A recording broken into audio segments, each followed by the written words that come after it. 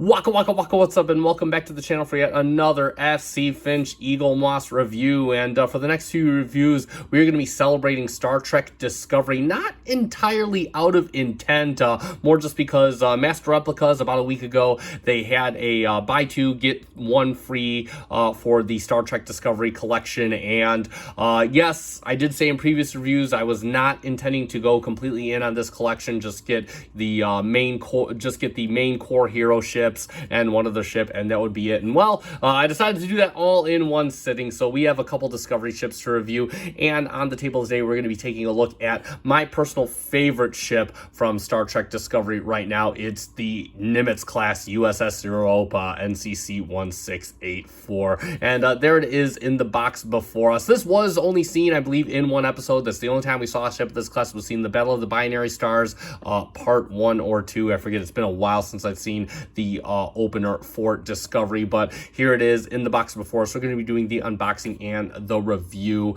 and we'll be taking a look at the ship. So let's get a good look at the box. And there, of course, we have Eaglemoss pulling no punches. They have the U.S.S. Europa, the actual model on front. U.S.S. Europa NCC 1684, Star Trek Discovery official Starship Collection, United Federation of Planets. Got the Federation logo, and you got the the Starship Discovery off to the side there. Again, a really cool design. Star Trek Discovery on the side. It's the U.S.S. Europa, and then of course you have the same image of the Europa, and then of course the same information, and then on the other side you have the rest of the image of Discovery and Star Trek Discovery official Starships collection, and all the legal mumbo jumbo on the bottom. And that's pretty much it for the box. And again, it is a very we know that the Discovery ships were bigger in size. In fact, this is what the Star Trek Universe collection was going to be. So this is kind of the new standard size, and I'm kind of okay with it, and I'll show you why in just a bit. So we're going to take this out, and again, I believe this is one of the John Eves design ships, or he had a heavy hand in it, but we'll check it out. We'll get in and take a look. Let me get, if I could pry the box open. And of course, we have the magazine in the top. This was the Discovery collection was when the magazine started getting smaller. I'm not mad about it. And of course, there we have a nice 3D rendering of the Europa NCC 1684. It is a Nimitz class. It is launched in the 23rd century at a length of 383 meters, which I don't entirely agree with, but it is what it is. Star Trek Discovery on the top, Eaglemoss collections, and there, of course, we have our stand instructions on the side. U.S.S. Europa designing the ship, and then, of course, we have the Europa side profile. Nimitz. It is a Nimitz class operated by the Federation in the 23rd century. All this information we know already. And there, of course, we have the Bassard collectors. We have the kind of upper, this is the bridge area, of course. And then we have the shuttle bay, of course.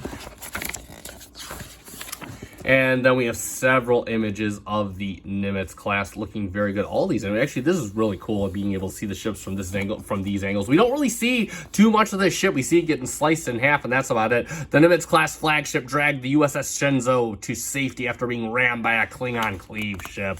And so there we go, having the Europa. There we have our orthographic views of the Europa. Again, say what you will about Discovery, I do like the visuals very much, and I love the Federation ship designs. Again, I think they did a bang-up job of the Federation ship designs in Discovery. And then, of course, we have designing the Admiral ship, and then, of course, we have the actual Europa right there, bridge right in back, of course. And there we have some 3D renderings, some sketches of the Europa. Again, this is why I love this magazine. Looks really good. We have some underbelly shots. Always good to see these angles of the ship. We never saw this in the show, so it's really cool. U.S.S. Nimitz NCC 5572 Worthington class, and I guess that's kind of a precursor or whatever. Yes, this is John Eves' design. I saw a little clip there, and there we go, just like it. And there we have some other ships in the Discovery collection, and of course, an upper orthographic view of the Nimitz class. So there we go for that. And let's get the ship out of the box, get my first impression. So of course I'm going to take the styrofoam coffin top off, and there it is. There is the Europa in there, and of course we have our little stand pylon, and then of course we'll set that offside. We have our stand, of course. I'm going to bust it out of the plastic. tear into it. And you can see on there, it is the U.S.S. Europa 0968. No idea what that means, but nevertheless, I'm going to get my little acrylic stand, and we're going to put this in. You already know how this works. So you got your peg right here. You're just going to put the peg in, and there you go. And then, of course, we have, oh, wow, it's got a decent weight to it.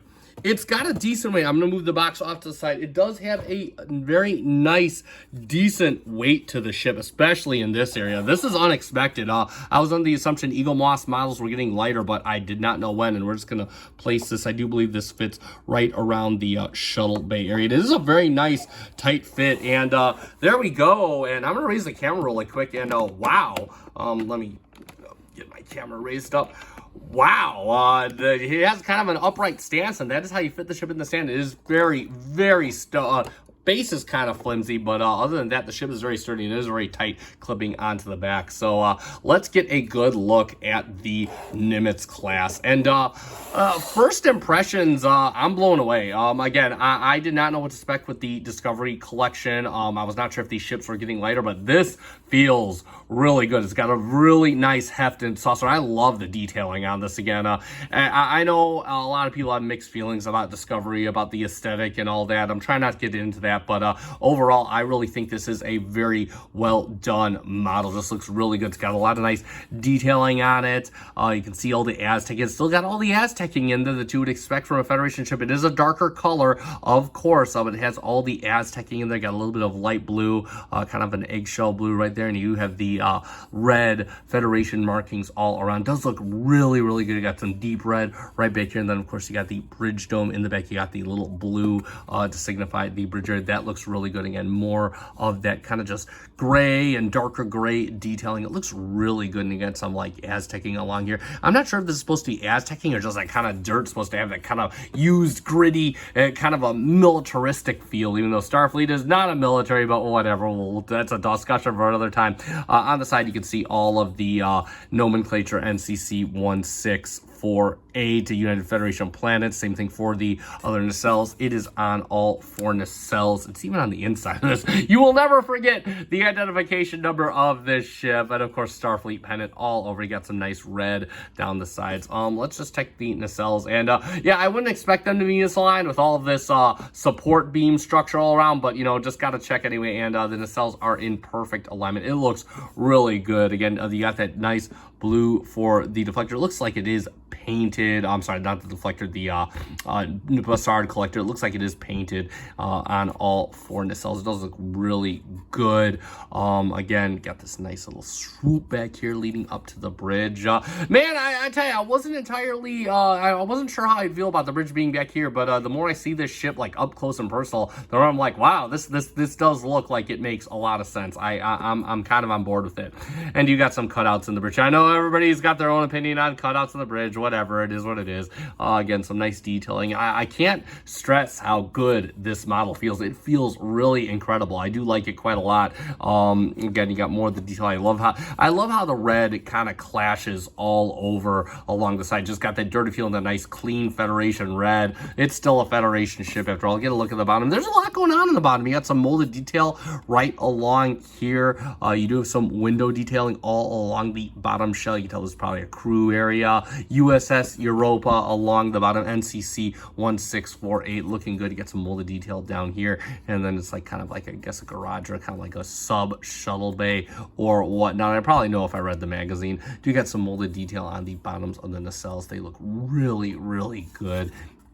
And then if we come to the back of the ship, you can see the shuttle bay doors. You can see some window detailing all around. Looks like the impulse engines are back here, which does make sense. They're done in a very nice way. They got some venting there, and you got some molded detail right back here. It's kind of very lightly indented in there, so you can run your finger over it, but it's like you can barely feel. They got some molded detail here on the other side of the nacelle pylon as well. It feels really put together. It doesn't feel flimsy at all. It feels sturdy. It feels stable. You got a little bit of gappage right here, but I'm not bugged by that. I mean, again, this model so far is a real home run. It looks really, really good, and I really do like it quite a lot. We'll do a quick comparison, and I will bring in, of course, the Enterprise NCC 1701. This is, of course, the XL version of the Discovery Enterprise. One of the only ships I bought at the time because it's the Enterprise.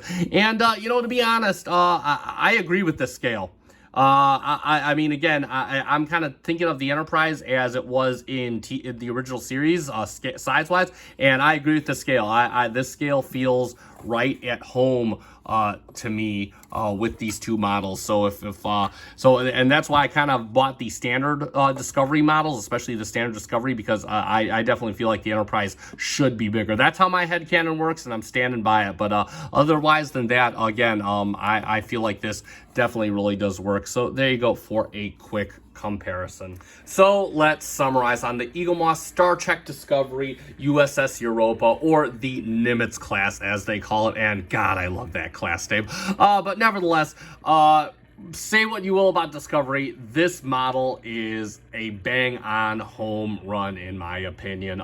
This model was everything that I was kind of hoping and expecting it would be. I was kind of worried because the Eaglemoss models got a little bit on the lighter side, and this is not the case with this model. It has a good, hefty feel. The detailing is just beyond stunning. It's great to be able to see all the angles of this ship. QC is, for the most part, under control. It has a little bit of a gap issue. I'm not really all that worried about it. It doesn't have any clear plastic, but it don't need it. This model looks stunning as is. And if you're a fan of Discovery, or if you're just a fan of really cool John Eves designs, I can't recommend this ship enough. It hands down belongs in your collection if you have the capacity to do so. It should still be available on Master Replicas. That's where I got mine. I'll put a link in the description down below. I'll also put a link in the description to my Eaglemoss playlist so you can look at other Eaglemoss ships that I have done in the past. It is my biggest playlist on this page. And that's going to be it for this review. You guys already know what to do. If you found this video fun and informative, like or consider joining my Federation and subscribing if you've not done so already. Thank you so much to those of you that already are. And that being said, I have been FC Finch. Thank you so much for watching. Live long and prosper.